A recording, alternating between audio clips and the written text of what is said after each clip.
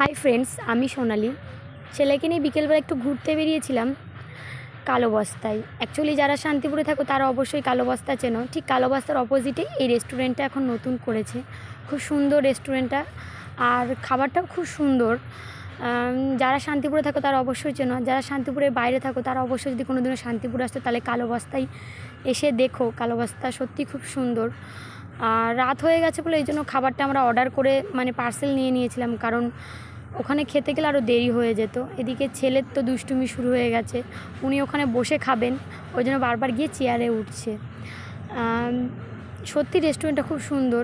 কেউ যদি শান্তিপুরের মধ্যে থাকো তাহলে এসে অবশ্যই একবার খেয়ে যেও রেস্টুরেন্টটা। আর কেউ যদি আমার চ্যানেলে নতুন হয়ে থাকো তাহলে চ্যানেলটা অবশ্যই সাবস্ক্রাইব করে দিও।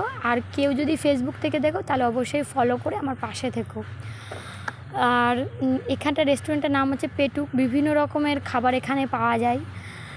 সত্যি খুব ভালো লাগলো রেস্টুরেন্টটা করে। একদম ওপরেও বসার জায়গা আছে, কিন্তু আমরা ওপরে যাইনি, কারণ ছেলে তো ছোটো, ওই জন্য যাইনি।